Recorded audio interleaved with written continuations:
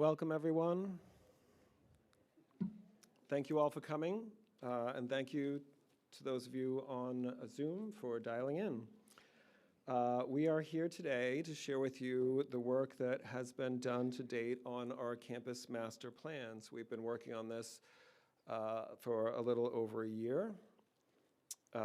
We're sharing it with you in draft form at these public forums so that we can get a last round of engagement and comment from you all.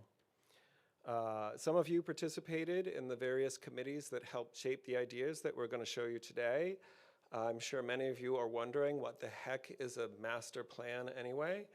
And I don't blame you for wondering. We do this once every 10 years, so it's not something that happens regularly. At its most basic, maybe at its worst, a master plan is a development plan. It says where and what to build when.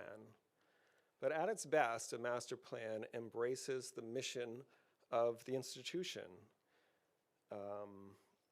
It reflects the values of the community.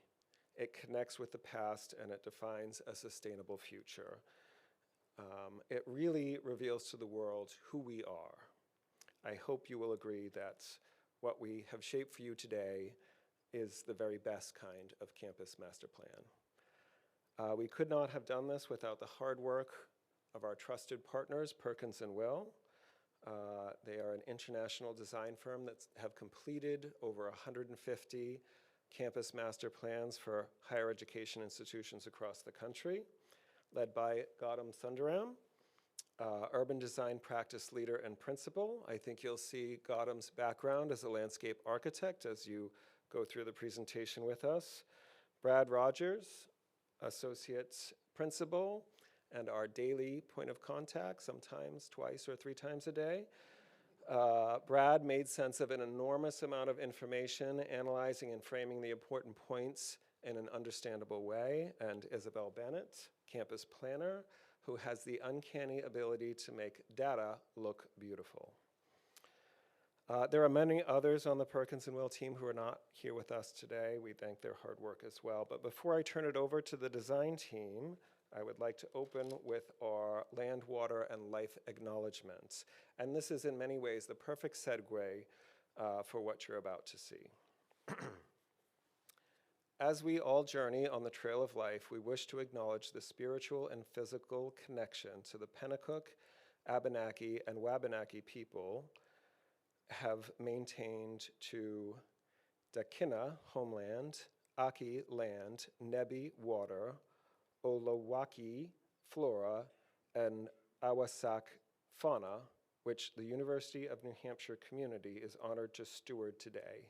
We also acknowledge the hardships they continue to endure after the loss of unceded homelands and champion the university's responsibility to foster relationships and opportunities that strengthen the well-being of the Indigenous people who carry forward the traditions of their ancestors. So I thank you in advance for your attention, and I will turn it over to the team. Thanks so much. Thanks a lot, Ken. And thank you to Ken and your team and everyone at UNH for working with us over the past year to getting us to this point, for all of your input. I see a lot of people in the room who we've met with before, people who are part of the core team, as well as those who are part of committees that have really helped us shape the plan that you'll see today. Ken started to talk about what's a master plan, and I want to elaborate that on a little bit more. Our purview here is everything about the physical environment, everything about the physical campus that would have to be built, changed, taken away, demolished over the next 10 plus and even 20 years. So when I say everything about the physical campus, I mean buildings, interiors, exteriors, landscape, I mean roads, parking, infrastructure, mechanical, all of those. Anything related to that physical environment that affects where we all work, learn, live, those are the things that are included in the plan. So it's a lot to take on, as Ken mentioned. It involves a lot of your voices, and we hope that in viewing the plan, you all see yourselves and your voices reflected in it, and your priorities. So what we'll take you through today is about half of the time we have today is our presentation. The second half we want to save for your questions and answers and discussion. As Ken mentioned, this is in a draft status in that it has not been finalized and sent to the USNH board yet for final approval. That means that we hope it's done, but that if there are things that we all hear from you all today, that we can still revisit those, take a look at those before finalizing the final report. Now, we'll take you through the agenda on the screen, the purpose of this whole plan, how it works, how it fits into the overall state system. We'll take you through our analysis, what we heard from you all, how that impacts what the plan is, and then we'll show you the vision for the design, the projects that we're proposing, the sequence that we're proposing them in, that will really be the roadmap for the future development of the campus. And with that, Isabel will take us through the purpose of the master plan. So Ken already touched on this, and Brad both touched on this. But so what is the purpose of the master plan? It's more than hopefully just a development plan, but it's also about aligning the UNH facilities with the mission of the university. It kind of started with an overarching goal of master plans for the university system. It takes into account the 4 strategic priorities of the university, as well as system level goals. And we went into this sort of with some board level expectations. We knew that this plan was going to be about right-sizing the campus. We were going to be looking at cost-saving opportunities. We were going to be looking at consolidation, space utilization and efficiency across facilities, and then, of course, looking at those cross-campus synergies because UNH is in this broader system. As Brad mentioned, the scope of the study is the physical environment, so that's buildings, interiors, landscape, infrastructure, and mobility systems. So our part at UNH started with Ken and his team writing a charter, and that sort of outlined some of these broader master planning goals at the system level. It started with this committee structure and sort of this way of vetting and coming up with ideas before it was presented to the board. So we have these 7 focus groups that is encompassing all of the different areas we looked at. These were academic programs and research, land use and asset management, mobility and transportation systems, community and campus history, infrastructure and sustainability, student residential life, diversity, equity, inclusion, and athletics and recreation. These focus groups were made up of subject matter experts that included students, faculty, staff, and town representation. So the chairs of those focus groups sat on the steering committee, and their job was to take these ideas from this focus group and sort of distill them and discuss them amongst themselves before then taking those formulated recommendations to the executive committee. The executive committee then had final approval before being presented to the board. However, this wasn't a linear process. Each group and committee met multiple times throughout the master planning process to give input and review the recommendations. This committee structure was the foundation to our entire engagement process. At Perkins & Will, we think engagement is the most important aspect of the master plans. It really helps to build consensus to the ideas that we are presenting. They don't come from us, they come from you guys. So overall, we engage with over 2,400 members of the UNH community. We had a number of listening sessions that we started out with. These were one-on-one interviews with department heads across the university, group interviews, group meetings with students. We also had more hands-on opportunities, such as collaborative sessions. There was one that happened here in the MUB where students could drop in and we had activities for them to do. They could give us their input.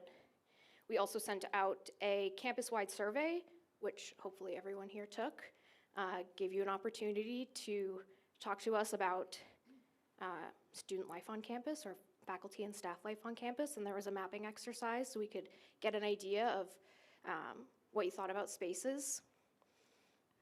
And then that overall helped to inform what the key findings and takeaways were for us.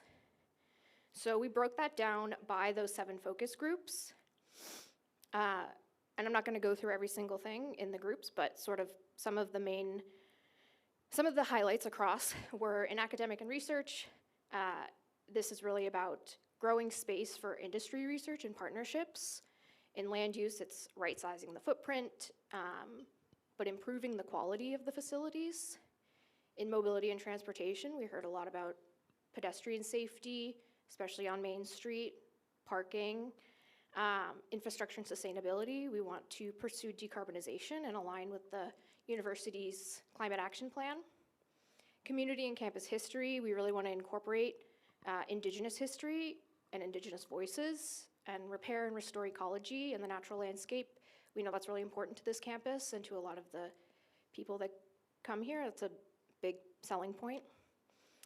Athletics and recreation, we want to address the outdated and undersized facilities and support the existing programs there. And student residential life, diversity, equity, inclusion, we know there's a need to update the residence halls. There's a need for graduate student housing and a need for updated student spaces, especially in the MUB. So when you distill this down even more, and also look at it through the lens of the UNH brand, it's really about enhancing 4 main areas, and that's learning, community, engagement, and stewardship. So UNH is part of a larger system scale. And so although we will specifically be talking about the Durham campus today, our scope of work did include the other 2 campuses, UNH Law in Concord and the School of Professional Studies in Manchester. Together, these 3 campuses form a really critical network with a strong presence in the Seacoast region and Merrimack Valley. To give a quick 2 to 3 bullet points of strategies that we were looking at on each campus, at UNH Law, it was really about creating flexibility to thrive and adapting for the future of professional education. The dean at Manchester said this quote that really stuck with us, and it's, Manchester is the Silicon Valley of regenerative medicine, and we kind of took with that and ran. So it's really about targeted repositioning of the facilities there to support this life science, and then the potential to commit to a residential campus model. And then at Durham, touched on these a little bit already, but limit the physical footprint based on enrollment projections and deferred maintenance, focus on maintaining and reusing existing facilities, and then plan for growth in industry partnerships and research. And just to quickly touch on the partnerships, one of the strategic goals of UNH is embracing New Hampshire. UNH already has a very strong presence in the community. It does a lot of community service. But when thinking about potential future industry partnerships, we want to make sure that they are aligning with the key industries that are growing in New Hampshire. So things like advanced manufacturing, life sciences, and technology. All right, pass it back to Brad. Great. And can I have the clicker? So our starting point for the master plan is the campus today. It has developed over a long time. In some ways, not necessarily what you would do if you were starting from scratch, but no campus starts from scratch. Our master plan has to exist within the context and within the bounds of what's here and what came before. But there are some significant challenges and things that we've heard from you all as well about this campus that are really critical. Over time, the campus has grown from what was originally just a small, tight core. And now it's bifurcated by Main Street, it's bifurcated by the train tracks. You have development out at the west edge that is a bit underutilized in terms of land use. You have a significant amount of agricultural land that is hugely important to the work and the research and the learning that you're all doing. You have your athletics areas, recreation sort of in the middle of everything, and throughout you've got these big areas of parking, some really interesting natural water features running throughout that we'll talk about as we get through the presentation. And really a campus that's a tapestry of different ages of development, each with their own challenges. We studied the performance of the buildings. We looked at the condition of the buildings, what their energy use is, how much deferred maintenance there is on each building. Deferred maintenance is basically the amount of outstanding upgrades that need to happen that haven't happened yet on the building, and compared that to the overall value of replacing the building, as well as how it's performing for you. This map here is showing you, and hopefully it's clear what it's trying to say. Some of these buildings are performing really well. Some of the buildings you've touched more recently are performing really well. Some of them, not so much, and you won't be surprised to see buildings like the Field House, Stoke Hall, PCAC on that list of buildings that are perhaps not giving you everything that you really need from them. And now, this is not something that's unique to UNH. This is the idea of a lot of these buildings being in need of upgrade is something that's common to really all large universities of this scale. If you think about how universities have grown over time, a lot of these buildings are post-war buildings, and that aligned with the baby boom of people coming, just a growth in the population. It aligned with the GI Bill and people going to college. And so you had to build all these buildings really fast, and the bill for all of that is coming due now. All of those buildings are now past their original intended use. So understand that when we say there's a lot of buildings that are in difficult shape on campus, that has nothing to do with UNH's operations. You're doing actually a better job than most of your peers in keeping up with those. It's just that this is something that all universities are experiencing. Another thing that universities are experiencing across the nation is something that we'll show you here, is that the space is a bit overbuilt. We did an analysis that showed that for the amount of students that you have, and for the amount of programs, the amount of people working here, you really don't need any more space than you have. Overall, you have the right amount of enough square footage to accommodate the work that you have to do.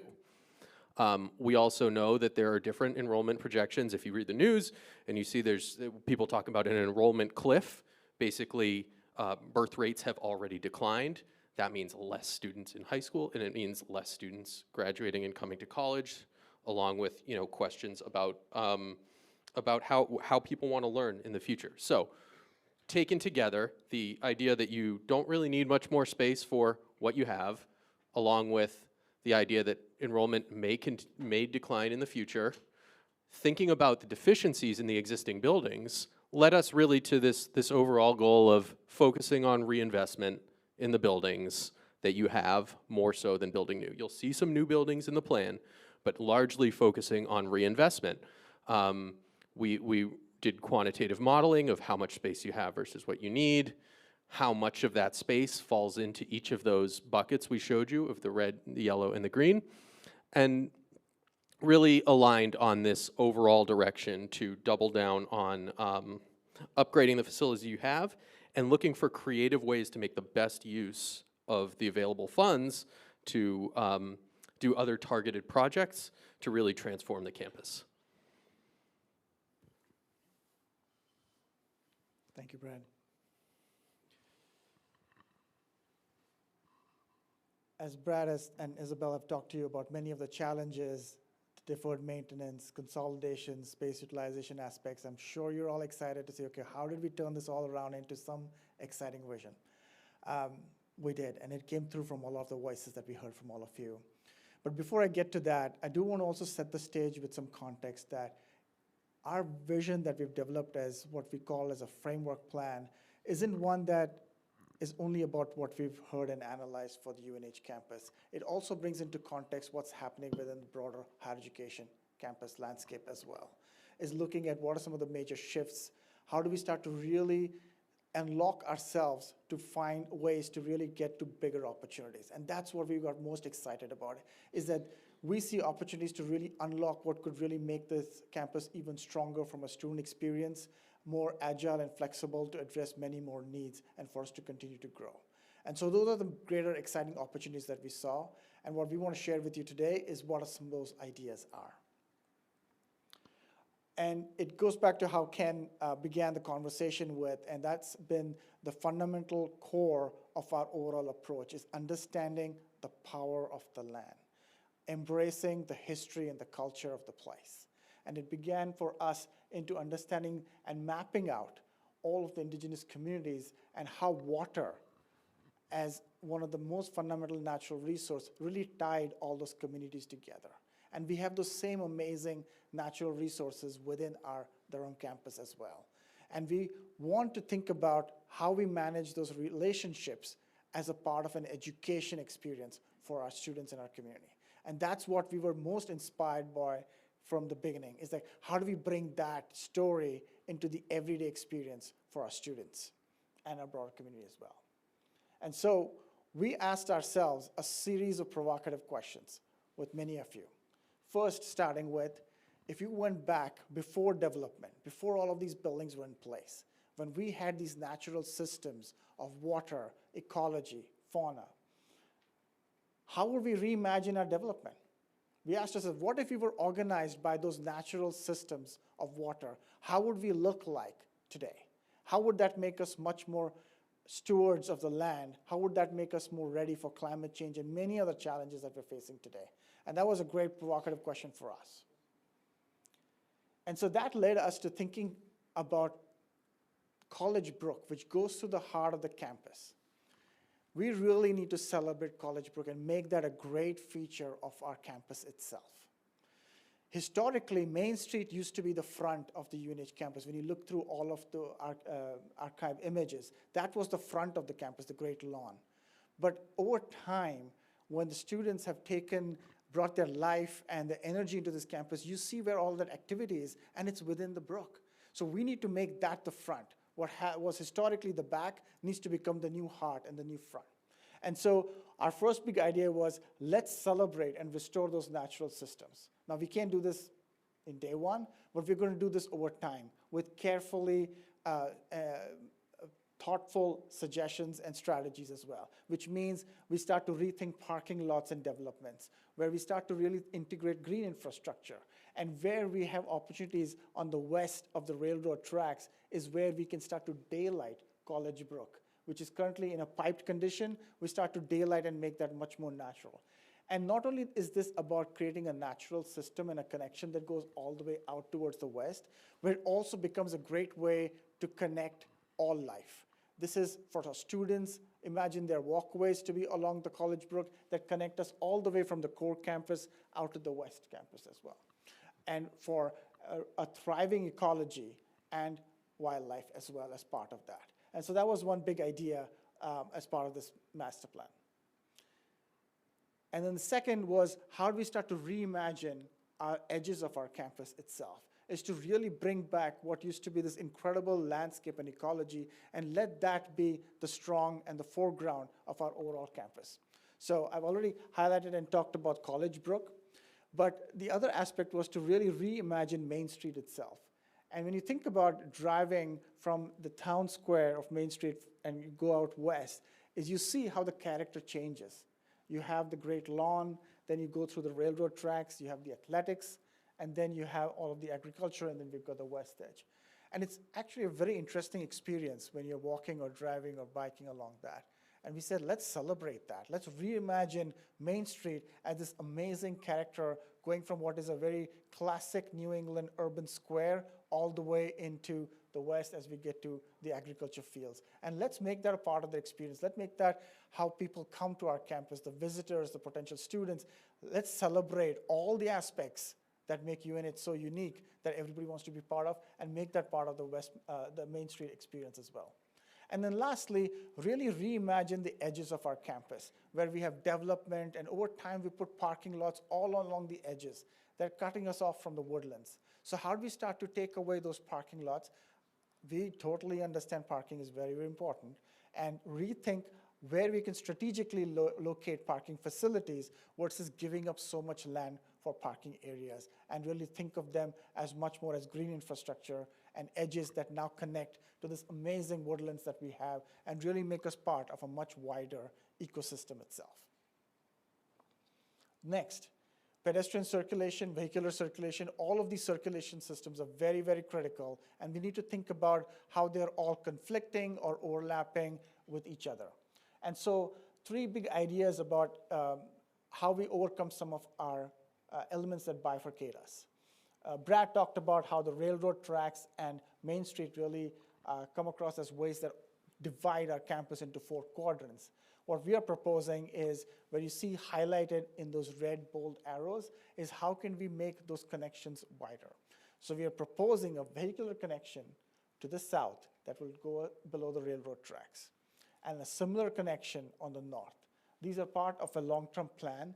What this allows us to do, what you see highlighted, is a ring that now really takes the relief of vehicular circulation that connects many of these parking facilities to the edges and tries to make the core of Main Street as pedestrian friendly as possible. We are not taking away the cars from Main Street, but what we're trying to do is give a release that brings the vehicular circulation more towards the edges. But what it also does, as you see that shaded area, is it also connects to what will be a new development on the Edge campus as an innovation campus, and I'll come to that more. But this is a great way for us to create a connectivity loop that not only connects our core campus, but then overcomes our challenges of the railroad tracks and stitches the overall campus together, and also creates a loop for our multimodal and a shuttle system as well to follow this loop as a great way to connect the entire campus. And we knew this was very important for the success of making the core of our campus to be as pedestrian friendly as possible. A lot of these changes, what do they allow us to do? What it allows us to do is start to bring the woodlands, the ecology, the forest around us, and bring nature more into the campus. When you look at the aerial maps today, you see a lot of green in the center, right by College Brook. And then we have a lot of buildings and parking areas that disconnect us from the woodlands. What we're trying to do is bring nature more into the campus. And why is this important? It's not just about doing this because it looks good. It's because it has every kind of benefit as we think about from a resiliency standpoint, but also from a student experience standpoint. And I'll come to that more later as to how this stitches into it. But that was one of the other big ideas, is let's bring nature more into the core of our campus.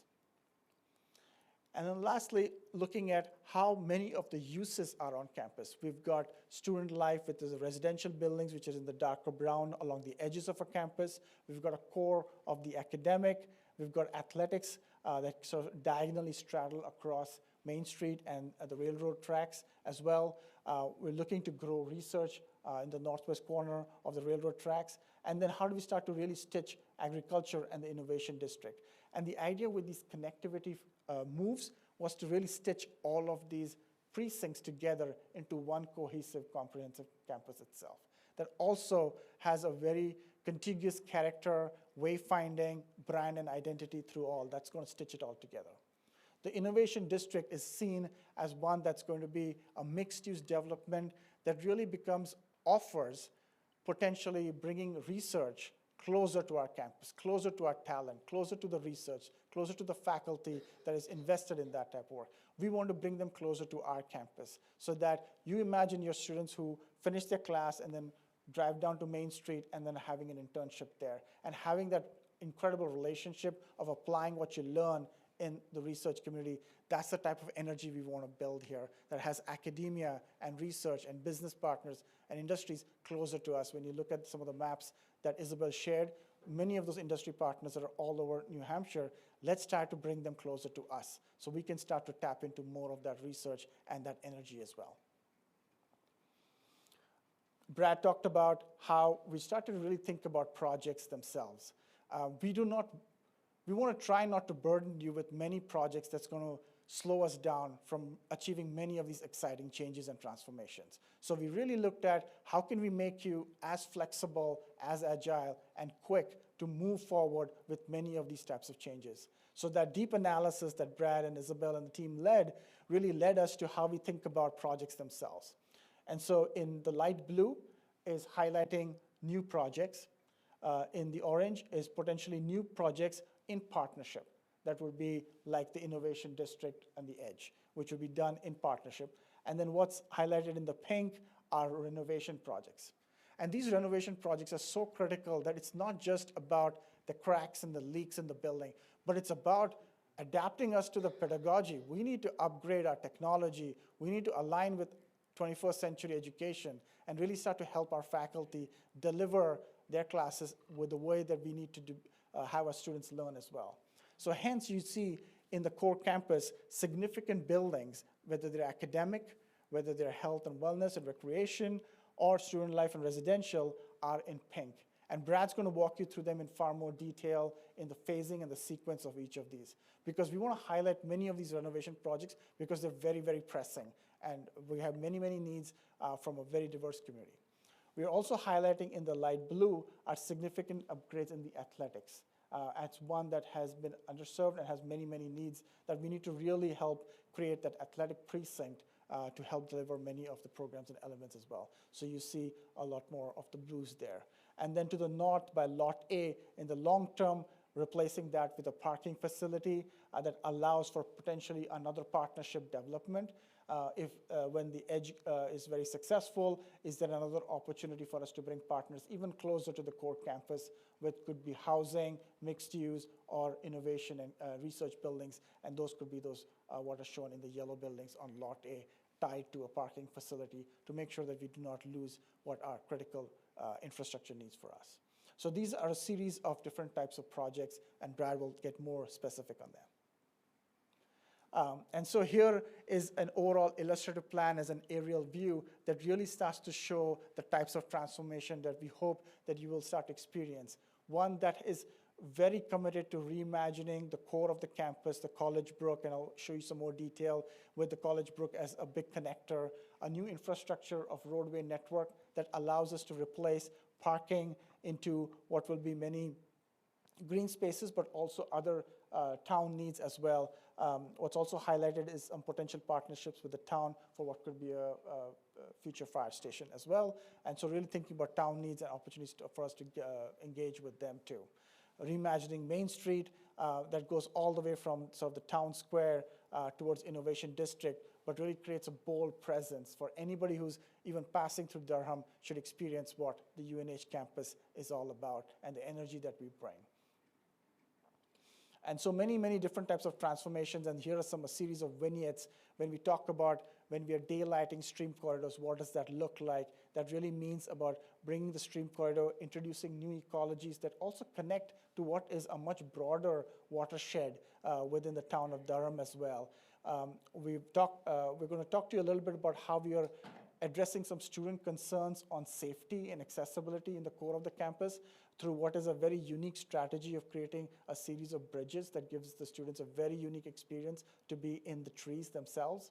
And then also overcoming obstacles where our openings by the railroad tracks, what are currently sort of infrastructure types of openings, could they become much more pleasant and pedestrian friendly as well. And then lastly, what could be a mixed use town square where there could be restaurants and other types of mixed uses for not just the Innovation District, but for the town of Durham and for all of you as well, as a way to bring a mixed use type of a space that really is vibrant after college hours too. So I mentioned the College Brook was one that in all of the engagement conversations, we heard a lot of concerns from the students on. You see a series of maps on the left-hand side where we analyzed what it means to be accessible and the limited accessibility for all-bodied people that can engage and cut across College Brook today. We also looked at how students walk across the campus as well, looked at what those desire lines are. And then the last graphic at the bottom, we asked students, where do you feel unsafe? And here is where many of the students highlighted as spaces that they feel very unsafe, where it's poorly lit, it feels very dark. No matter how many lights we add, it just feels very dark because of the canopy of the trees.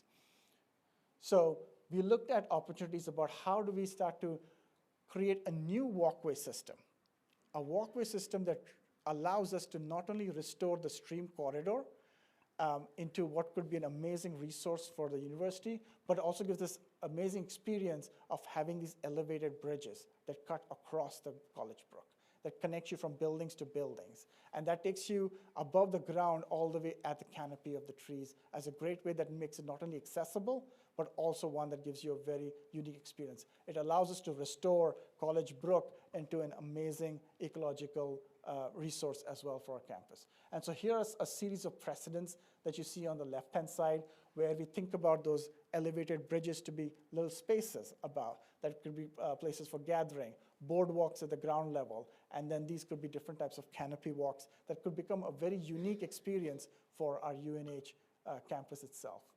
And so here is a section that cuts through the brook right now. You see in the dark blue is where the water currently is, and the pink highlights the location of the walkways. It's very difficult to know where you're going at night times. There's a lot of planting at the ground plane that you don't have clear sight lines on. And so this is sort of the overall existing condition of a very overgrown ground level experience. And what we've tried to do is it's gonna come soon, is creating a new bridge, a bridge that then not only makes it accessible and connects us on either side, but now it starts to create these very dynamic overlooks. And Isabel's going to show you some vignettes of that as well that completely transform the experience. That you could be at a boardwalk at the water level, understanding flora, fauna, really focusing on the research that you're doing in your classrooms, and to making the campus like a learning lab itself. To be able to have universal accessibility across the College Brook, something that we don't have today, and is a very important part of how do we make that accessible.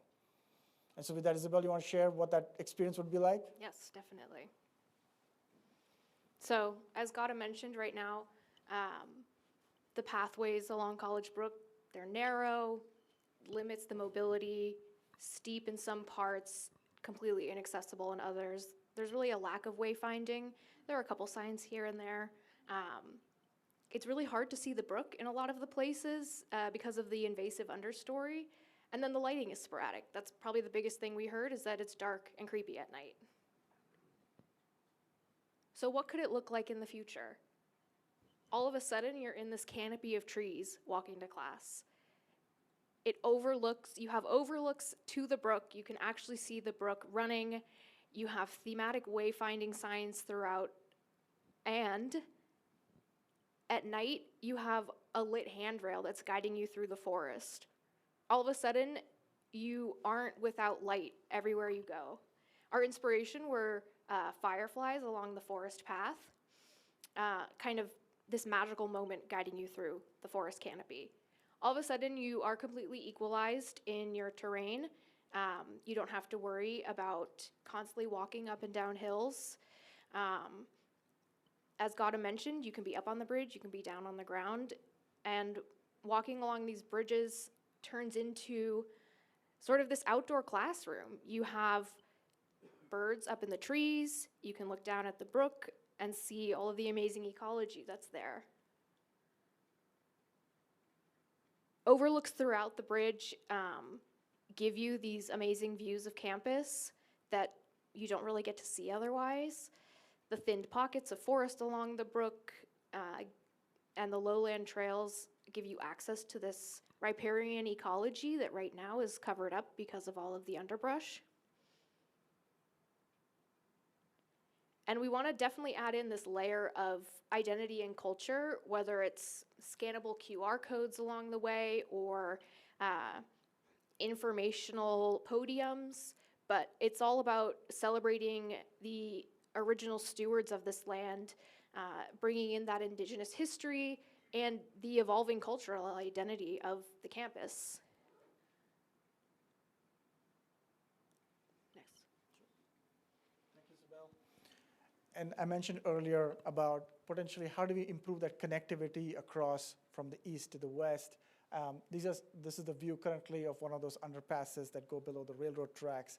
Could we transform that into something that would be much more inviting, something that students would feel far more safe with mural walls, places that really celebrate our diversity, our culture, and our uniqueness of the UNH campus, but also makes it accessible for everybody and makes it much more welcoming that everybody would feel that they could take those types of connections at any time of the day. And so really many of these types of key moments are very, very critical. I talked a little bit about the edge earlier. We also felt that as we think about the edge as an opportunity for partnerships and a development, it'll really help us. It's very synergistic with the growth of the main campus as well, that one supports the other. And as the UNH campus continues to grow, the interest in an edge and innovation campus will also continue to grow, and that'll also continue to further support the growth on the main campus as well. We also see this to be an opportunity that with the right partnerships, we could elevate experiential learning and bring those types of research and innovation programs that really make a stronger connection to the core campus itself. And that's why not only reimagining the College Brook as a natural connector, but also as a pedestrian and a people connector as well is very critical. So you don't have to rely on getting into your cars and driving down Main Street, but you could just take a walk or a bike ride and connect you all the way to the square, town square in the Innovation District as well. We see that to be a place for partnerships around life sciences, advanced manufacturing, technology, areas all that are invested heavily within the state and are continuing to get a lot of interest. So why not bring them closer to us and really bring them closer to our talent and take advantage of our great presence as well.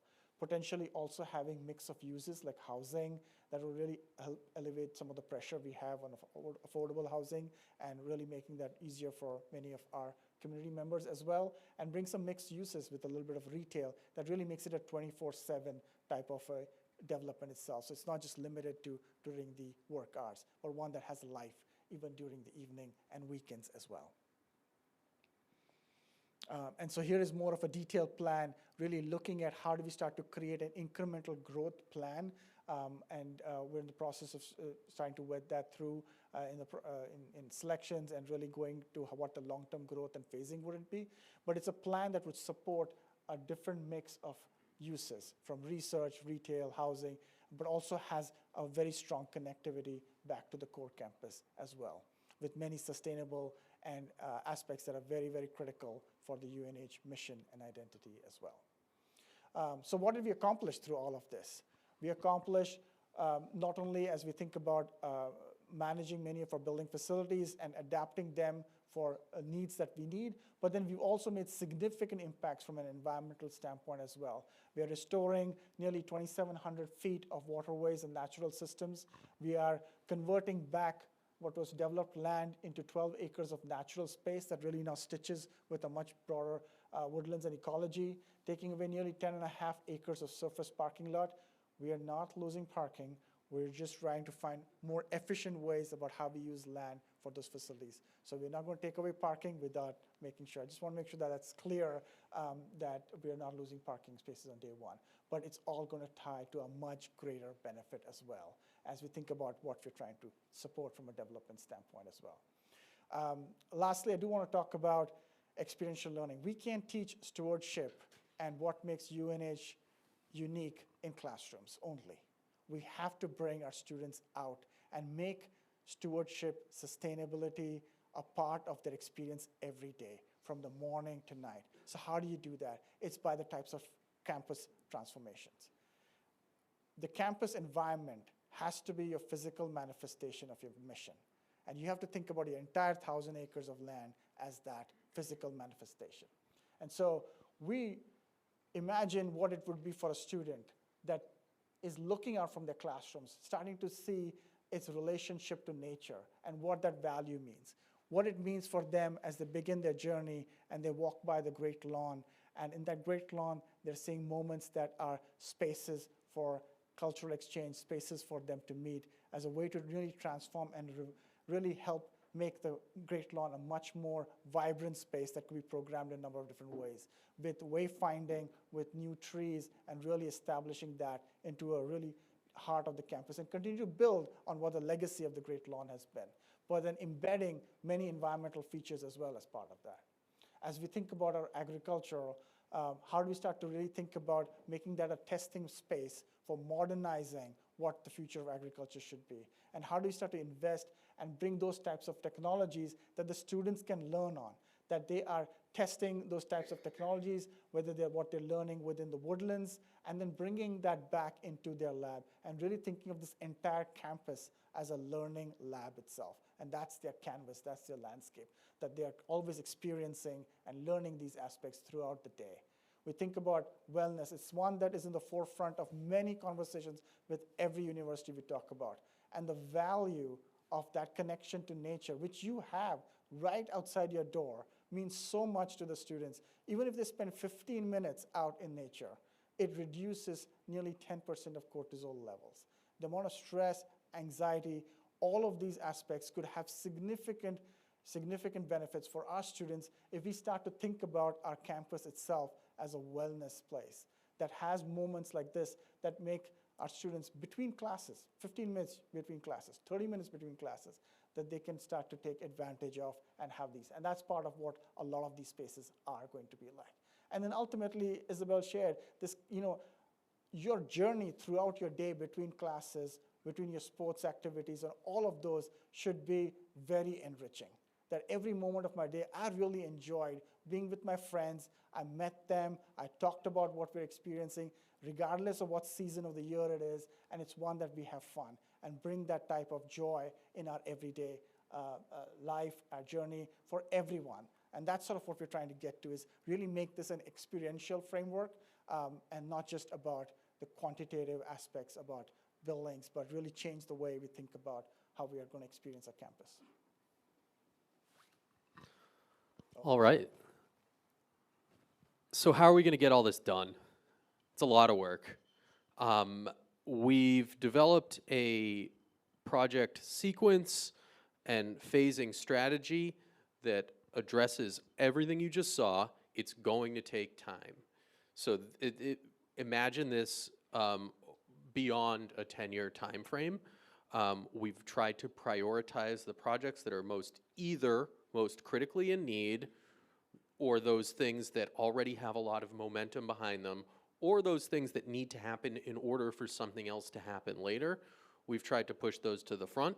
Some of the other items that are more aspirational for the future, you'll see in the outer phases.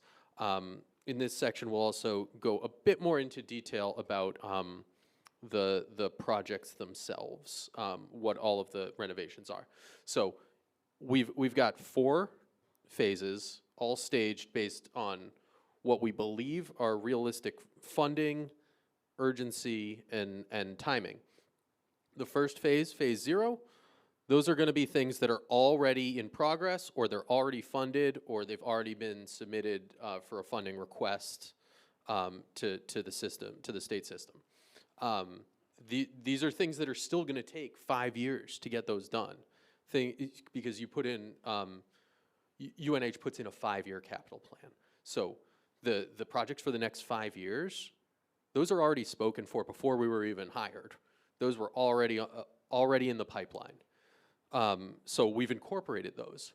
But then a lot of what you just start is going to start at this phase 1. So these are things that are required early on, or things that we believe might be easier to fund, or might be areas of critical need. Phase 2 is things that depend on phase 1, or might be a little more difficult. And then phase 3 are some of the items that are either depend on things that maybe UNH isn't in full control of, like they might need to be a partnership with the town, and you don't know when that money's going to come through. So some of those things you'll see then in phase 3. So just some small print on all of that. This is based on an assumption on what we think is going to be achievable within the existing funding constraints. Some of these buildings are already in a critical state and need to be addressed as soon as possible. Those will only get worse. However, we can't put everything in phase 1. We know that there's only so much money available, so you're going to see things in phase 2 that really are in critical need that should be phase 1 buildings. That's important to understand. The other thing is that the master plan isn't just about deferred maintenance. There's a lot of maintenance that needs to happen on these buildings, regardless of the projects that you see here, just as a matter of doing business. Also, we've laid out these plans in what we think is the right sequence with what we know now. Some of the things we don't know now are donor funding. If someone comes through with a big check and says, I want this to go to this program, that jumps the line. So, and it doesn't count against, the budget that we're working within here. So those kind of unforeseen things could always change the sequence that you'll see here. In phase 0, so these are the things, remember, that are already underway, already happening. Some of these may even be on their way to completion. You'll see, you should be familiar with the fact that Spalding's been under renovation. There's been funding requests for many of these projects that you see here. There's already some renovations going on planned for the library. Some planned work that's been completed in HOCO, Hetzel, of course, which has been under construction. There's a critical need at PCAC for an elevator. The thermal energy storage tank you may have seen under construction as well. Some smaller projects going on in the field house and the WIT, and already beginnings of design for a grant that's been awarded from NOAA for the Center of Excellence for Ocean Mapping. These are all things that are underway before we even got here. But to take all of the items that Gautam mentioned and start to lay those out, you start to see that here. You see renovations, critical renovation really needed of the PCAC. There are alternative ideas about a full replacement of that, but the baseline plan is a renovation of the MUB, where we're all standing now. Critical need, it's been an area of need for a long time. There have been plans that have been developed for it even 10 years ago that never came all the way to be, but a real critical area of need. The beginnings of that ravine forest walk that Gautam and Isabel showed you, we've shown in phase 1 for a number of reasons. One, this can help unlock a lot of the other areas of campus. It can be an easy win. Landscape projects are not anywhere near as expensive as building projects. So while we wait for financial circumstances to change, this is something that can really transform the campus quickly. And to give you an idea of cost, something very similar was done in Vermont at the Institute of Natural Sciences. They did that on like a $2 million budget. Not that that's our number here, that was a few years ago, but that type of project is not, while it looks flashy, is not an expensive transformation of the campus, and it allows you to unlock a lot of other things. A few other that we showed early in the sequence is this structured parking at Lot A. This is really important because this unlocks a lot of that land that Gautam was mentioning that can be either restored or used for other uses. Right now, if you took all of the surface parking on campus and put it together, it would cover an area the size of the entire core campus. So reducing surface parking by using structured parking is a really good land use strategy for you all. The enhancement to that underpass that Gautam showed you, that's in this early phase because that's an easy win. That's already there. It's just unpleasant. So that's an easy win that can help with your east-west circulation, improve the experience. We also have in this first phase the completion as originally designed of South Drive. You can technically cross here now, but it doesn't really function the way it should and take the amount of traffic that it needs to.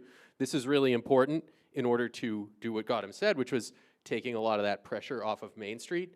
making this a more functional way to get around will actually take a lot of pressure off, and a lot of those complaints that we hear about traffic, about pedestrian safety, those can be reduced.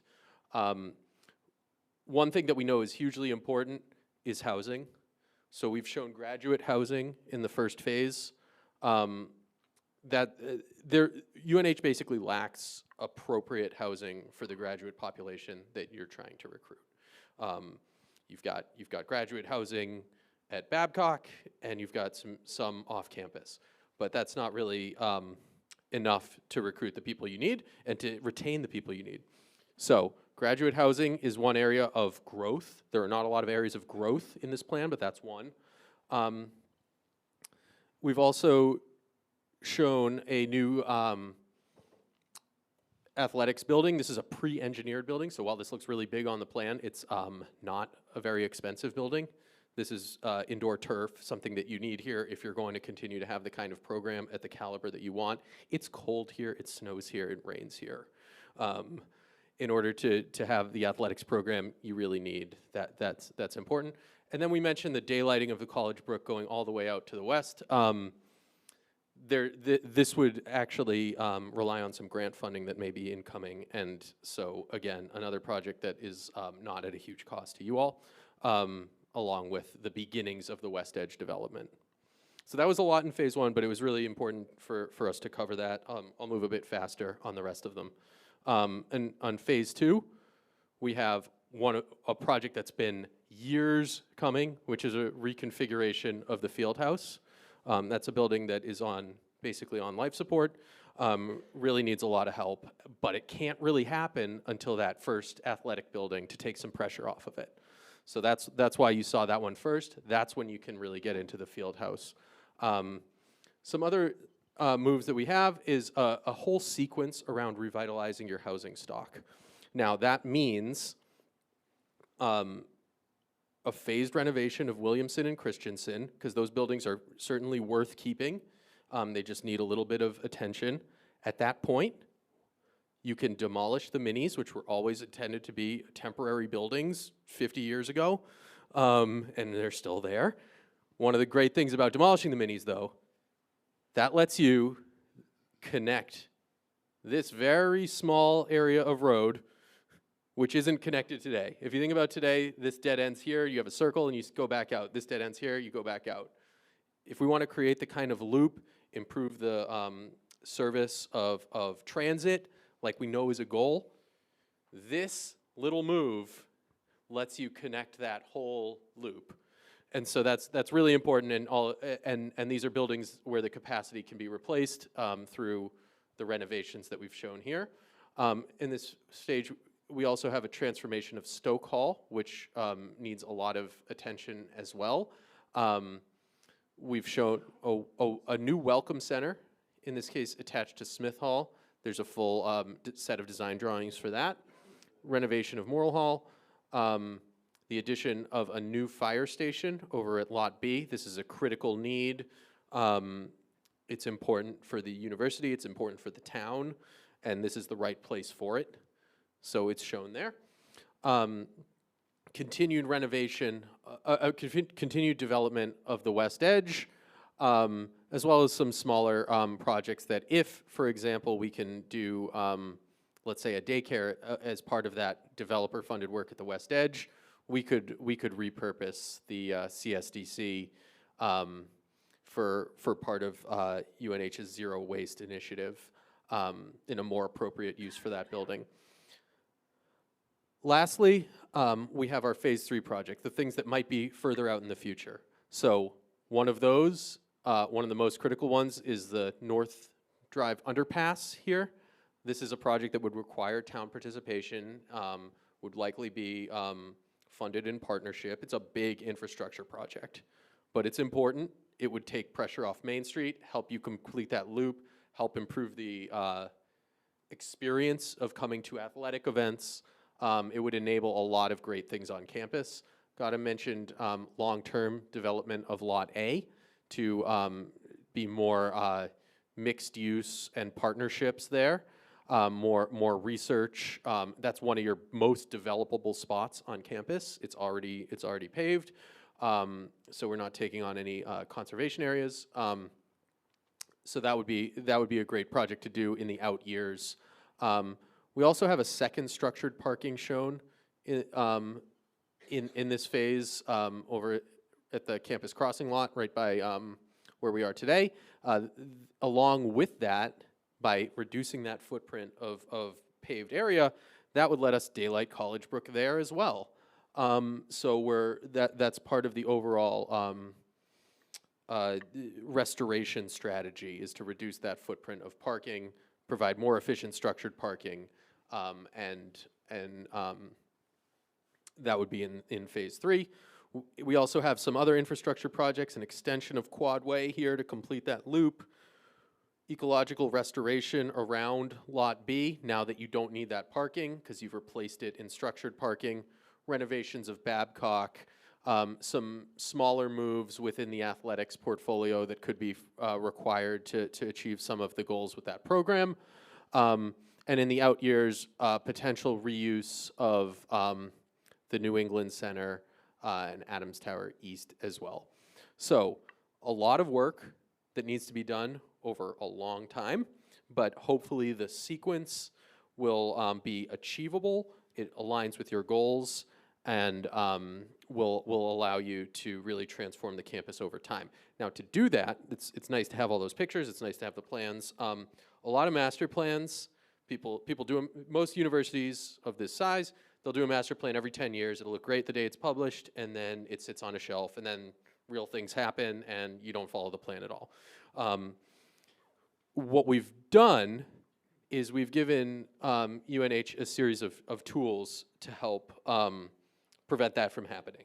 One of those is this residential capacity calculator that lets you turn buildings off and on, change the unit mix. So this is really just to deal with the housing portion of things, and looking at what year you want to demolish a building versus renovate a building versus bring a new building online. As you do that, you're seeing the percentage of your housing stock go from more of that red and yellow to more of the green. And so you can use this tool, refresh it year after year, to continue to evaluate your housing stock and make sure you have the right number of units for the right number of students in the right places. We are also providing a tool that we call Campus Planner. This is an app that allows you to evaluate your space utilization, the existing facilities, the footprint, all in real time through this app. This is something that we've created ourselves and we're doing with a lot of our clients. You can see the campus here. You can turn things on and off, get your key metrics, plan for capacity, and again, update this year after year so that when it's a few years from now and we're gone and you have this report about your master plan, you can refresh it and keep it current and make sure that you have a strategy that still works. This is just an animation of that tool in action. You can see even overlaid on it is a lot of the, see those lines? Those are actually from the survey that we did of asking people where they walk on a given day and things like that, their favorite spots. Those are all incorporated into the data. And so this will enable you to continue to develop your strategy over time in a dynamic way. So, all of that, what is the impact on the campus? The impact is upgrades to key academic facilities, growth in research and innovation, treating the campus as a living lab. All of these things go to the goal of learning. The impact is going to be in community, improving those housing options, increasing the campus connectivity, enhancing that student life space like the one we're in right now.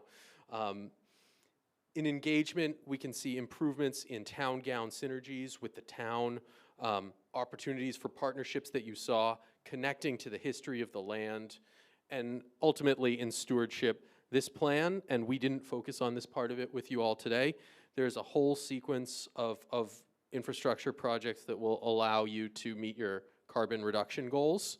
That is a huge part of stewardship on this campus, restoring the ecology, the waterways, reducing the surface parking, getting rid of underperforming assets that you don't need, and reusing the facilities you have. All of that goes to stewardship of this place, so that it can have a sustainable future long after these projects that we're talking about today.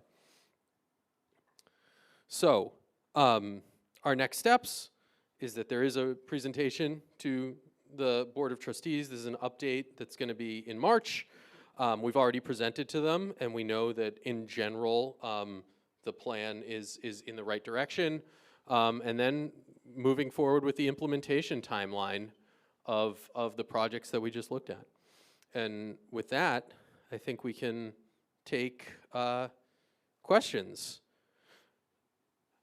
And just as a reminder, before asking any questions, just tell us your name and any affiliations you have. Isabel, you're going to check if there's any comments on online, on Zoom. And with that, we'll open it up.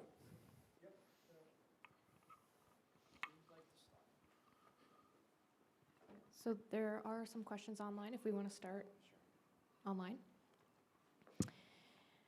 Okay, so Katie Ellis asks, how will highlighting College Brook relate to maintaining the College Woods? I can take that. Daylighting College Brook will not only just be about the stream corridor, but it'll also be one that connects to the ecology too. So there are fundamental challenges with College Brook where we had a lot of erosion along the edges, and then we have a lot of overgrown invasive species as well. What we've done, which we didn't share today, is of much more detailed versions of those sections, which look at what the transformation would be to the ecology as well. So by restoring College Brook, we're also restoring the College Woods and the walkways and the stream corridor and the ecology as well as a big part of it.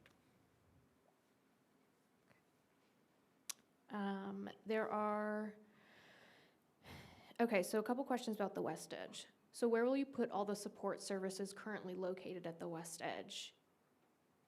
They were moved out there to be off campus, it seems to me. Where will you put them now?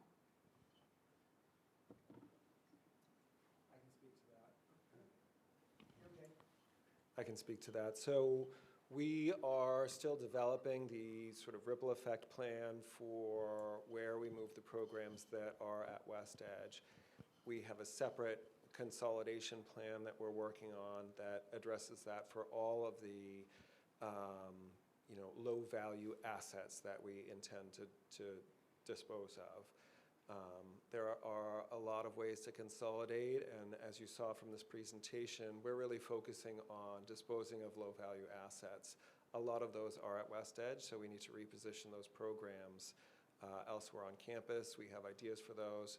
That portion of the plan is still in development, so we'll share that in the final version of the plan. There's also a question about parking at the West Edge. Will there be enough parking for all of the innovation activity? Yeah, so the goal is a walkable community. In order to do that, you need complete streets, so we'll have streets, bike lanes, sidewalks, street trees, and parallel parking. That's obviously not enough to meet the needs, so the real parking demand will be in structured parking. There are two parking structures scheduled for West Edge alone. I think it's really ironic that our first structured parking will be way out at West Edge, but come what may. So as that project develops, we'll identify how many spaces we need, how much real estate we're building out there, and therefore, how large those structured parking facilities need to be. Keeping on the theme of parking, will all parking be at a lot in a structure? That doesn't seem to match the size of all of core campus. What about accessibility parking? Yeah, no. So we do not intend to consolidate all of our parking into one structure. Right now we have 83 individual parking lots across campus, surface lots, and that is unsustainable. So as we go forward, we are going to consolidate into structures. You saw two in the plan on core campus. There's easily spots for 4. We're just, we're going to be strategic and address that as it comes. A-lot is an easy first choice, given its proximity to athletics facilities, so it could not only serve our campus community during the day, but it can serve as event parking in the evenings as well, for the Whittemore Center, for Lundholm Gym, for the stadium, et cetera. So probably starting with structured parking at A-lot, and then at Campus Crossing, as the team pointed out, there's a real opportunity there. And if we reduce the footprint of that, we can start daylighting College Brook, making that connection across the street to town land. Yeah, only the large surface parking, the big lots, A, B, and Campus Crossing, are the ones where we're doing that trade-off with the structured parking. The distributed, smaller parking throughout is largely maintained. Yeah, and just to address the accessibility component of that, we have too many surface lots, but we would not eliminate lots at the expense of accessibility. We certainly do need those spread out around core campus so that those accessible spaces are, a manageable distance from our facilities. So a question about the Ravine Forest Walk. How do you cross the brook at ground level, or do you have to go all the way to the Sky Bridge to get over? No, you will have multiple ways of connecting across. You will have on-grade connections, but then you'll also have the elevated bridges as well connecting. So there will be multiple levels of connectivity. I like the word Sky Bridge. Shall we take a question from in the room? Who would like to ask a question? Mr. President? Yes. Hello, Dave Charette from Campus Recreation. Would you mind taking a moment to talk a little bit more about the ice surface and the additional renovation project or the construction projects that would be over near New Hampshire Hall? The aspiration for a second sheet of ice in the future. Yeah, okay. That is driven by demand and programming on the ice today. There's a lot of demand for it for not only athletics but also other uses, recreation, local community use, and really it's just a limit of how much you can accommodate on the ice you have today. You obviously have a world-class hockey program here, and it's popular here. So the idea would be to create a second sheet of ice within the building you have, and then because that would basically bump out some existing functions, which many are used by recreation. You saw that new blue box sort of popping up there, and it's a kind of interesting spot where there's actually a level change, and we actually think, though this isn't built into the parking numbers, you could actually do a deck of parking underneath it there, and so there's some cool opportunities with that spot, which is, a spot on the campus that can be developed further. And as far as like some of the fields, the staging of how it goes, I think, is both exciting and a little nerve-wracking too. So when would, like, say, the field hockey field out in Boulder come in? I'm assuming that's what's happening. Is that true? The rec field at Boulder.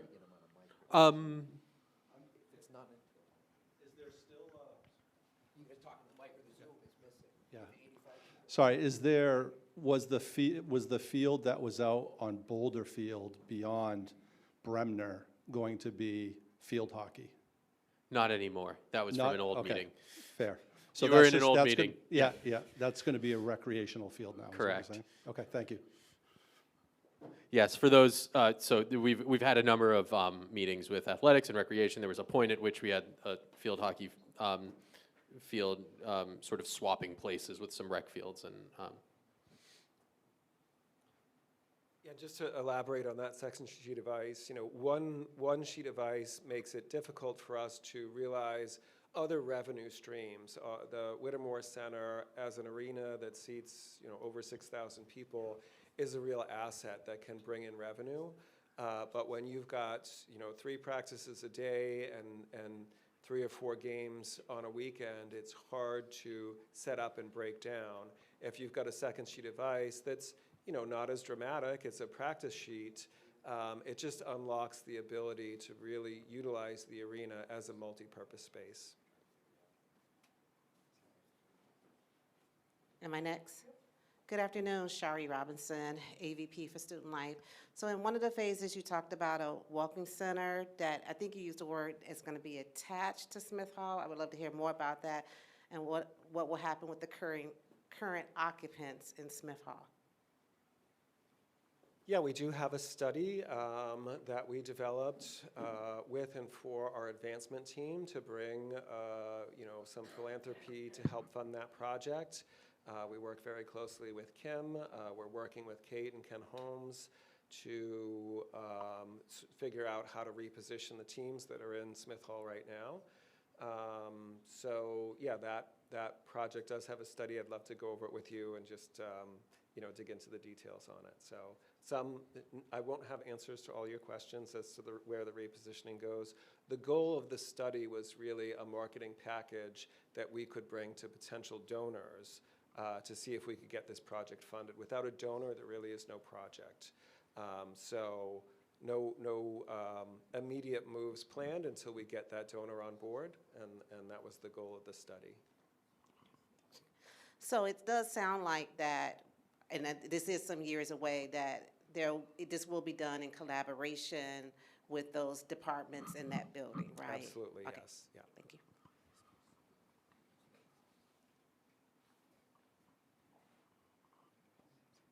Hi, everybody. My name is Brendan Moody, and I am a senior here at UNH. I'm in Student Senate, and that's why I'm here today.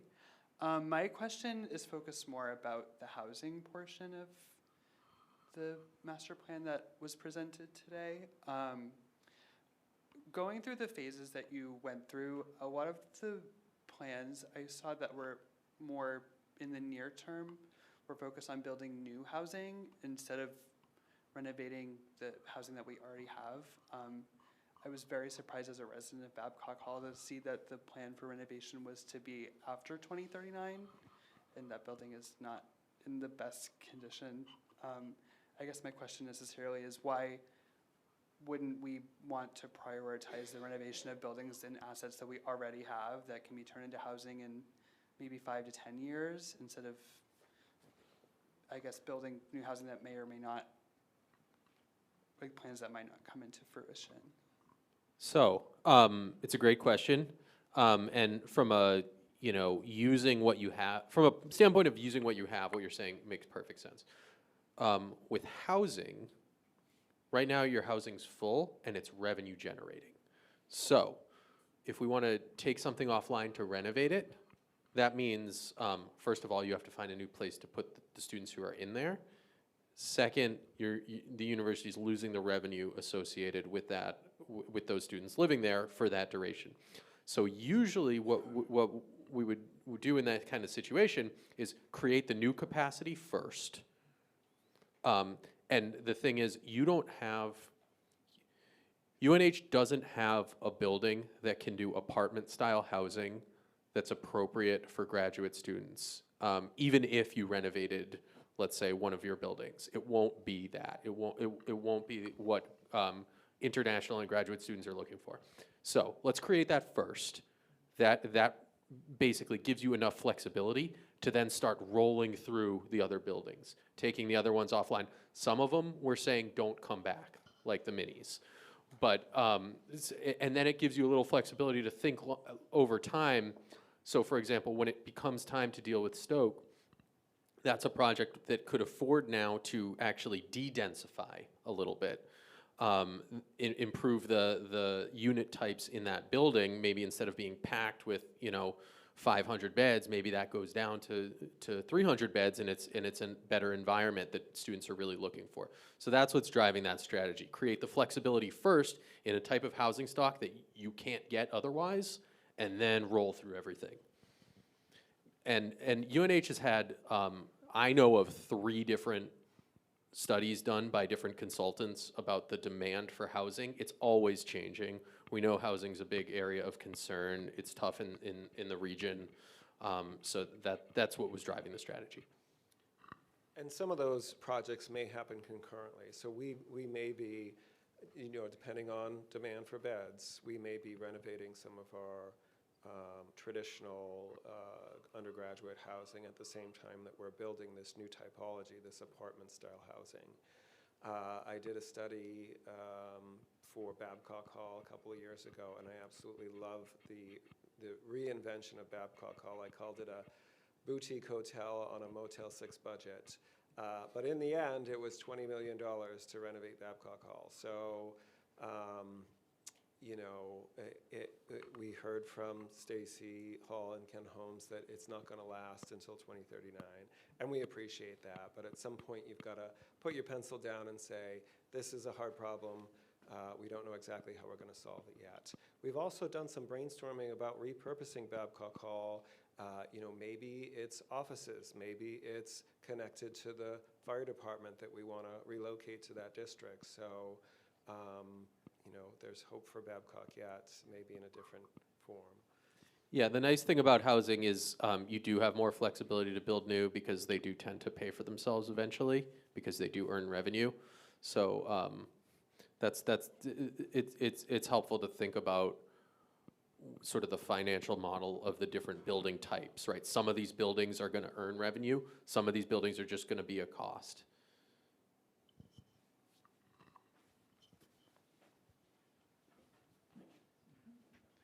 John Carroll, Professor Emeritus of Environmental Conservation at UNH.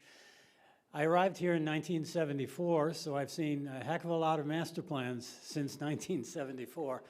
I appreciate the fact that you folks appreciate the value of the university's agricultural lands right here on campus. They are incredibly valuable, being in walking distance and biking distance of a large number of students and faculty. But there are agricultural lands in Durham, Lee, and Madbury, just a little ways out from campus, and I'm wondering if you're dealing with those at all, or if you've done any studies on their future. They are vitally important to the agricultural experiment station and the very definition of this university as a land-grant university. So I was interested in hearing more about that, if you have anything. Thank you. If it's not broken, don't fix it, I think was our strategy for those remote agricultural parcels. They're serving the institution and the research that we do pretty well right now, so there's no plans to divest from them or really change that use in any way. I hope you saw the respect for the agricultural lands and the other natural resources laid out in this plan here. And a plan that does not have a significant development or growth footprint, it was easy to protect those. But as stewards going forward, I think codifying in this plan our priorities for the ecology is really going to set the stage 10 years from now when the next team picks this up. So they're going to look back at this and see how much emphasis we put on it, and I think that will create a culture that really respects the natural resources we have around us, and to your point, in walking and biking proximity for the students. And if I may add to, it's a great question. I really appreciate you also talked about the future of land-grant institutions too. This is a stress that we are seeing across the country of what is the future of these large land-grant institutions which have significant agriculture holdings. So what we hope is that what we're setting forth is a model of how we start to think about what is a majority of our country land use, agricultural lands, of how we're modernizing those aspects that we can then start to bring to other agricultural holdings for the campus and then replicate that model across. So it is, it's a very important question, and it's one that I think should be thought of as a great emphasis as well. Hey, thank you for talking about invasive species. I think that's very important. But if we were to build this tomorrow, how much would it cost? How much you got? Yeah, well, 50 bucks. Could you be more specific? Build what? Build all of this. All of it? Yeah, all the phases. Too much. Yeah, too Okay. much. That's, I mean, part of the phase, these phases, some of those phases are gonna be 10 years long. So, and even within one of those 10-year period, the value of $1 and construction prices are gonna change drastically. Construction prices tend to go up and up and up and up and up over time, more so than other sort of sectors. So it would be, I'm not sure it's going to be a useful number for you to even really think about, because you would never incur that cost all at once. And as we mentioned, some of these, and we broke this down, if you remember our map that had the color coding, some of these are developer funded, right? So they're paid for by somebody else. And then some of these, as we said with the residential question, are going to be revenue generating, whereas some of them won't. So it's kind of, it almost gets to be like kind of mixing apples and oranges if we tried to do an all-in number. And I don't know if. So, go ahead. Yeah, we acknowledged our financial situation with our design team at the beginning of this project. So, you know, a couple of strategies that really show that are the phase 0. We have a 5-year capital plan. We spend, you know, between $40 and $60 million a year on capital. And those projects were thoughtfully considered as priorities. So I didn't want to get this plan approved by the Board of Trustees and put my hand out for a check for $100 million. That's just not the position we're in. So we're bringing this to them, acknowledging the capital plan that they've already approved. And then during the course of the work, we were very strategic. You know, Brad said we'd all love to blow up the field house. It's a mess. Starting over would be so much easier. But when we looked at that, it was a $120 million project. I said, non-starter. There's no time in the next 15 or 20 years that we will have a $120 million nugget of money. What can we do to get to the same end with a different strategy? So building that large pre-engineered building unlocks the field house, and we can renovate that over several phases. That is a much more manageable, much more realistic goal for us. So, you know, in general, to your funding question, this plan very much responds to the reality of our funding situation as the lowest state-funded institution in the country. So I'm going to say, look at this a completely different way. Don't focus on the number, because that's not going to get us anywhere. If we were looking at a master plan 10 years ago, it had a lot of new buildings. Everything was being solved with a new building. We will never be able to get to that point, and that's not the right and sustainable way to do it. By really looking at efficiency, by really looking at consolidation, by really looking at how do we invest deferred maintenance, those things actually unlock doing all of the things that the students are asking for, the experiential things. Those are low-hanging fruit that we can start tomorrow. And you can make those projects in 200,000, $500,000 project.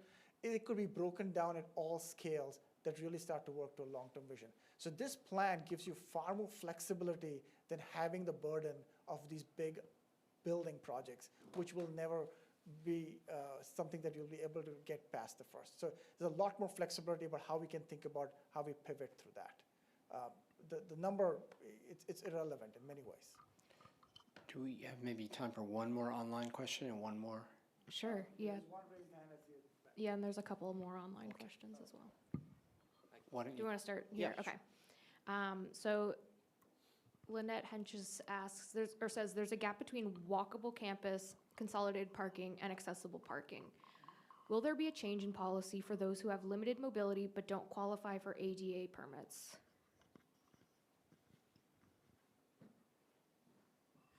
Can that be a Steve answer? That's a really good point, and I think it's one that we need to think about moving forward, and it's certainly an issue that has come up in recent years, so I will bring that back to our Transportation Policy Committee, and we will think about that as plans evolve. But thank you, very good point. Steve, now that you're still at the mic, we got another one about EV charging stations. So Anonymous asks, I did not see any mention of electric vehicle charging spots on campus, not counting the ones in the town of Durham at the edge of campus. Anecdotally, there are plenty of EVs on campus. Can you speak on what is the plan for that going forward, especially since this plan looks ahead 10 years and UNH is behind other campuses in terms of supporting EVs?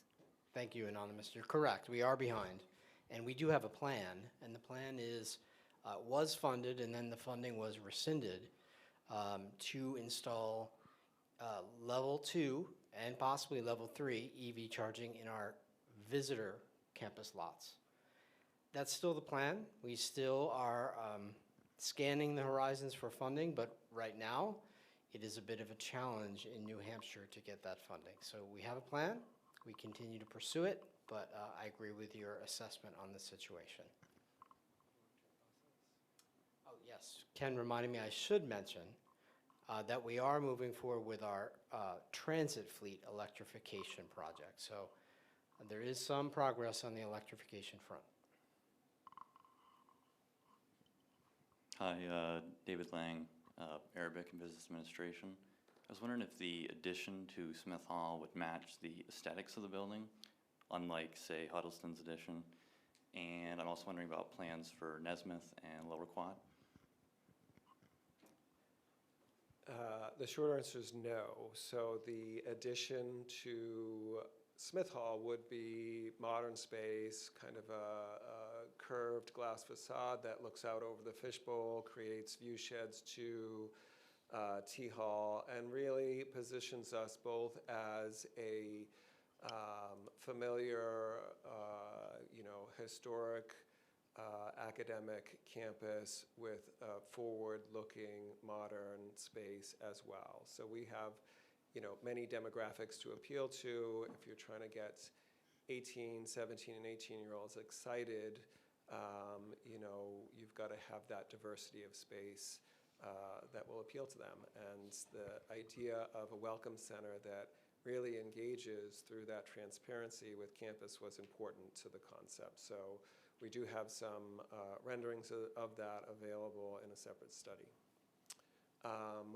Sorry, what was your other question again? Nesmith. So Nesmith is in the plan for renovation. It's not Eric Huddleston's finest work. I do love Hetzel, Huddleston, and Fairchild, but we are planning to renovate Nesmith. The program that goes into that is still in development, but what we found is that this sort of smaller suites and offices and conferencing spaces would be great, and if you partnered a program that needed sort of larger volume spaces or other more bespoke type spaces, you could accomplish that with an addition. So that addition renovation strategy is very much the approach we like to take. If you look at Hamilton Smith as an excellent example of that. You can keep going. Hi, Lindsay Watkins, Stratford County Forester with Cooperative Extension.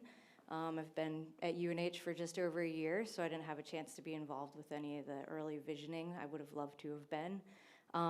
Big fan of the canopy walk and daylighting the river, stream, brook.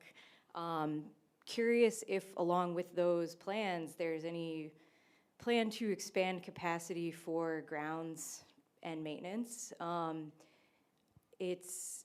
Managing invasive species requires a sustained and constant effort over time. It's not going to be a one-time deal. And also, kind of along with that, there's a big difference between managing street trees and campus trees and green infrastructure versus managing woodlands.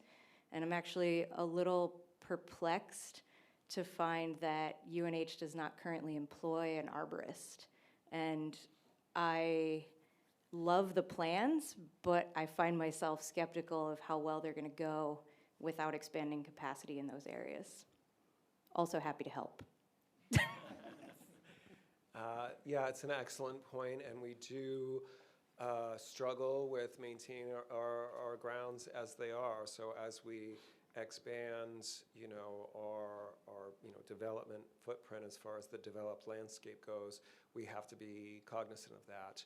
We do have a landscape master plan and a turf management plan that talk about reducing the maintenance required. So switching up the ground cover from turf to other slow-growing ground covers that would require less maintenance.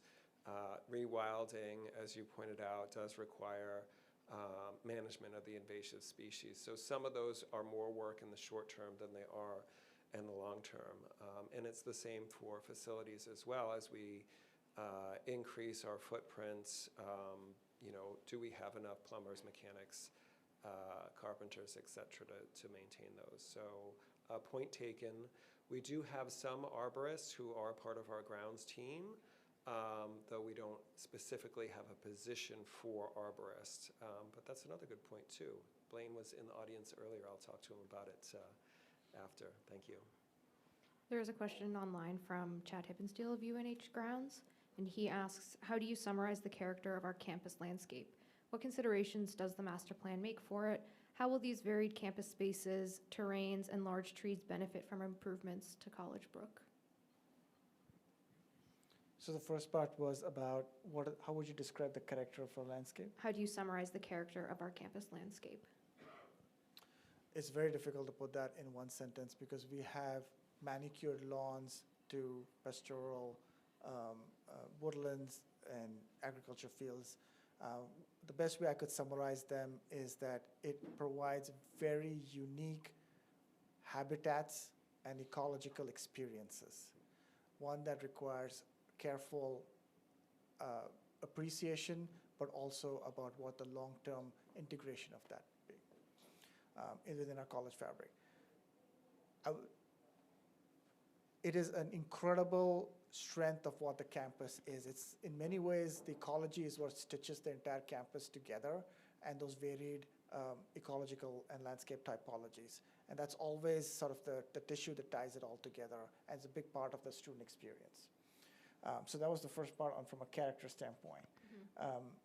Yeah, and I think just to add to that, when we were pursuing this master plan, the ecology was the thing that we were so excited about. It's very unique to this campus, and it was a big motivating factor for us to really put our all into the interview, and we're so happy that we ended up winning in the end so that we could work with this campus and this amazing natural asset that it has. And building on those strengths too. Yeah. And the landscape, I mean, we are not trying to fight the variety in the landscape typologies here. I mean, you have beautiful formal manicured lawns, and that's what those should be for some of them.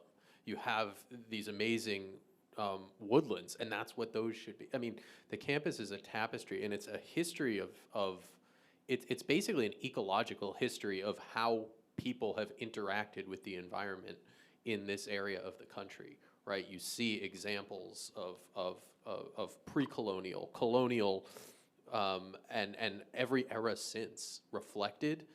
The campus is a time capsule, and the landscape is a big part of that, how the different landscape treatments are. Our intent is not to wipe all that clean and have it all be one monolithic thing. Our intent is to have it read as that sort of rich tapestry with shades of green that it really is and that it represents. Yeah. And I think we're doing that. I think the second part of that question was about how would the college woods. Yeah, so how will these varied campus spaces, terrains, and large trees benefit from improvements to College Brook? A big part of that is going to be the way we are going to restore the natural system and restore College Brook by, with a lot of the invasive species, also reintroducing the biodiversity that we used to have and we lost. And introducing that will help us reclaim and restabilize a lot of the trees as well. Also thinking about succession planting from what the trees we have today and how we start to continue to reinforce those woodlands is part of it too. But the trees are an incredible, sort of imagine them as people that have been there through all these eras. And there is this rich history. And so when we think about, this is not just a campus for people, it's for all life, and the trees are citizens of it. And those things that we showed with the images of the QR codes is we want to connect to that relationship that the Abenaki communities used to have with nature, with the trees, with the water, and tell that story. Because that's sort of what makes this experience to come to Durham for our UNH students. That's unique about that experience, is that they learned about the environment, they learned about the history, and that's what they're going to take it back with them to where they came from.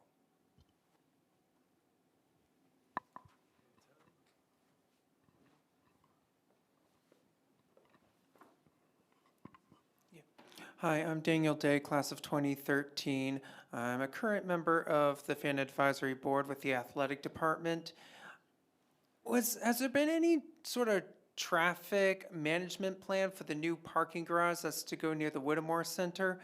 Right now, getting out of A-Lot after a hockey game is already a nightmare, and I don't see it being any easier with a multi-story parking structure. Yes, and getting up those stairs to cross over the railroad tracks is not a lot of fun on a cold winter night either. So yeah, this master plan is a high-level view. We've identified the potential for structured parking there for a host of reasons. The next step would be to look at the number of spaces and the impacts to Main Street and Sageway and so forth. To make sure that that's event surge is accounted for with road widths and turning lanes and so forth. So that level of detail would be once we get focused on that particular project. And while it was shown in the outer years that additional crossing, that north underpass, it would be a big part of easing up that traffic demand, because you don't have, Main Street is not your only way out at that point. So now it would be great if that could happen sooner, but that would alleviate a lot of pressure, because that opens up a whole other route that people can get to and from that area. I would just add, we do have some traffic modeling capacity in town, but certainly any structure like that, the engineering, design, construction of the garage would include modeling the traffic impacts. All right, well, these were some excellent questions, and I really do appreciate your participation. You can always email me directly if you have other comments or concerns, and the slides will be available. Correct. We will have these probably in the next few days up on the Campus Master Planning website, and we'll try to summarize the questions we received from this afternoon. And then there is also, just so you're aware, 6:30 this evening, a repeat of this performance where we're welcoming any members of the town community who might find an evening meeting more convenient. We hope to see them then. Great, thanks all. Thank you. Thank you.